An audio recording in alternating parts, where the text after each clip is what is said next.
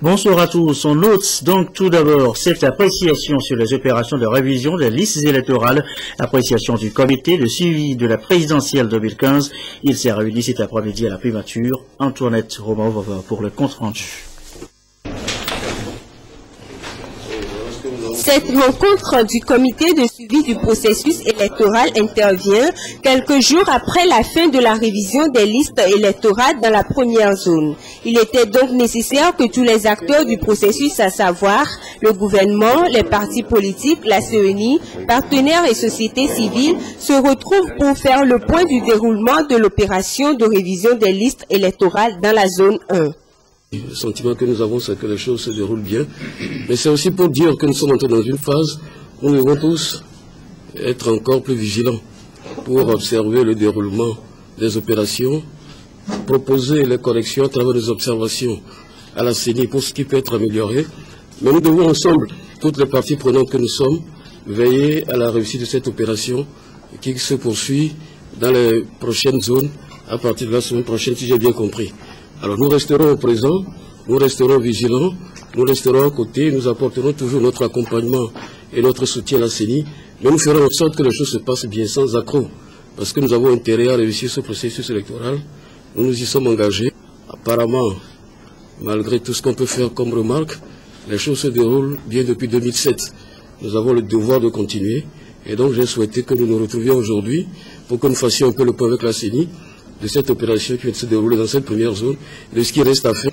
Mais en tout état de cause, chacun de nous a compris que nous sommes arrivés à une phase, à un tournant important, et nous devons donc continuer à améliorer ce qui peut être amélioré. Les échanges ont permis à toutes les parties prenantes de mieux apprécier la qualité du travail mené sur le terrain. Il en ressort que de bons résultats ont été obtenus. Il faut néanmoins apporter quelques améliorations dans le processus de révision des listes électorales. La révision dans la première zone s'est globalement bien passée.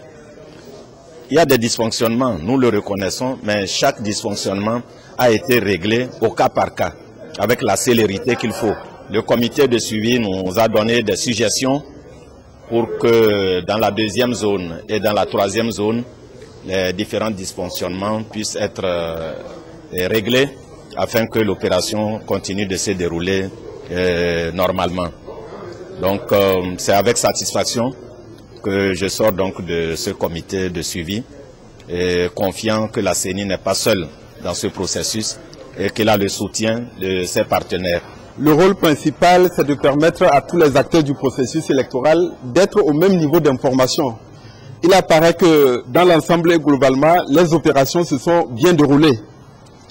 Dans la première zone, il y a eu un certain nombre de dysfonctionnements, de difficultés, d'insuffisances qui ont été relevées et la CENI a pris l'engagement d'étudier sérieusement certains de ces dysfonctionnements et insuffisances qu'elle-même avait déjà relevés et de trouver des solutions pour que les choses se passent dans des conditions meilleures dans la deuxième et dans la troisième zone.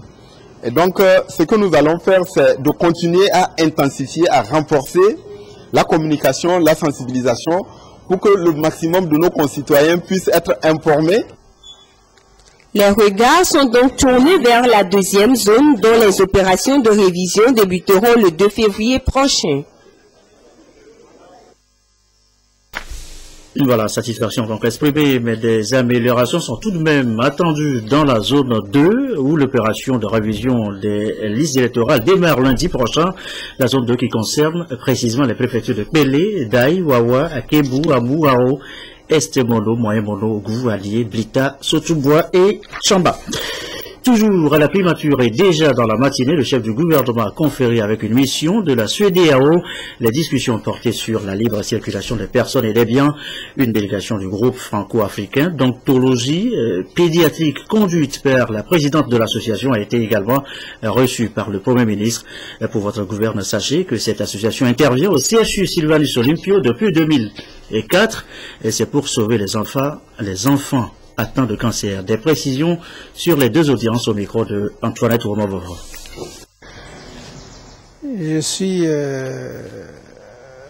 porteur d'une mission à moi confiée par le président de la commission de la CEDEAO concernant l'intégration. notamment l'accord de partenariat économique entre nos États de l'Afrique de l'Ouest et l'Union européenne, les tarifs extérieurs communs et certains autres dossiers importants comme la libre circulation des personnes et des biens, la politique commerciale commune et la politique régionale du tourisme. Donc j'ai rencontré son Excellence Monsieur le Premier ministre pour lui rendre compte de ce que nous avons fait, solliciter son appui et l'appui du gouvernement, l'appui du président de la République pour que nous puissions consolider les acquis et franchir les étapes difficiles qui nous restent. Et nous venons de rencontrer son Excellence, le Premier ministre, pour justement continuer. Nous avons de grands projets pour faire du Togo une unité dans la région, une vitrine de cancérologie pédiatrique. Et nous avons donc discuté de tout ça pour continuer et confirmer le partenariat que nous avons tous ensemble. Son Excellence nous a assuré de son soutien le plus complet. En matière de santé encore, sachez qu'une équipe chinoise de santé publique séjourne actuellement dans notre pays, nous l'annoncions à titre tout à l'heure, une équipe envoyée par le gouvernement chinois. Elle apporte son expertise dans la prévention et le contrôle de la maladie à virus Ebola. Les précisions de Florence Repassé et Clarisse Atticlé. La République populaire de Chine appuie le gouvernement togolais dans la prévention contre la fièvre hémorragique à virus Ebola. Elle a envoyé à Lomé des experts chinois en santé publique pour offrir leur expertise dans la prévention et le contrôle de cette maladie. Apport lié notamment aux aspects plus pratiques au niveau du comportement et des conduites à tenir. Autant de modules qui seront enseignés aux agents de santé. Ebola, c'est l'ennemi commun. Donc, je suis sûr que, à travers cette coopération de dons de matériel et aussi de formation, nous allons surmonter cette période difficile de Ebola. La formation prend en compte 500 agents de santé à Lomé et à Kara, parmi lesquels les logisticiens, les administrateurs et gestionnaires des formations sanitaires. Nous avons, avec ce programme, essayé de couvrir les différents acteurs de la lutte contre la maladie à virus Ebola sur le terrain. Il est heureux de constater que pour la sous-région, aujourd'hui, on signale qu'il y a une réduction des nouveaux cas et une réduction des décès. Pour les pays qui ne sont pas touchés par la maladie comme le Togo, il est également important de ne pas baisser la garde. À ce jour, nous avons toujours 0 cas de maladie à virus Ebola, ce qui nous exhorte à maintenir nos efforts dans la sensibilisation. La Chine avait déjà fait don au Togo de matériel de lutte contre Ebola d'une valeur de 400 millions de francs CFA. Tout ceci démontre la volonté de la République populaire de Chine d'aider l'Afrique à surmonter cette période difficile. Et aussi cette réunion du Comité national d'organisation de la distribution des moustiquaires imprégnés d'insecticides de longue durée d'action. Réunion à Lomé cet après-midi. L'objectif, c'est de faire le point sur la campagne de la distribution de moustiquaires qui s'est donc déroulée en septembre dernier. Le rapport général de cette campagne a été validé. Nous reviendrons, si tout va bien, sur les images de cette réunion tout à l'heure dans le courant de cette édition. Il est 20h10. Autre sujet évoqué dans l'actualité ce vendredi, cet échange de notes de dons alimentaires entre le Japon et le Togo. Nous l'annoncions aussi en titre tout à l'heure. En quoi consistent ces notes? Eh bien, tenez, le Japon fait don de sacs de riz au Togo. Le volume est estimé à 1,3 milliard de francs CFA. Ce riz sera vendu moins cher sur le marché ici au Togo. Le fonds recueilli servira à financer des projets de développement. Les documents ont été paraphés ce matin au ministère des Affaires étrangères. Lucassi, Constantine Bonfort. La coopération entre le Togo et le Japon est au beau fixe. En effet, au titre de son année fiscale 2014, le Japon accorde une aide alimentaire en riz destinée aux populations vulnérables de notre pays, dont la finalité est de réunir un fonds de contrepartie.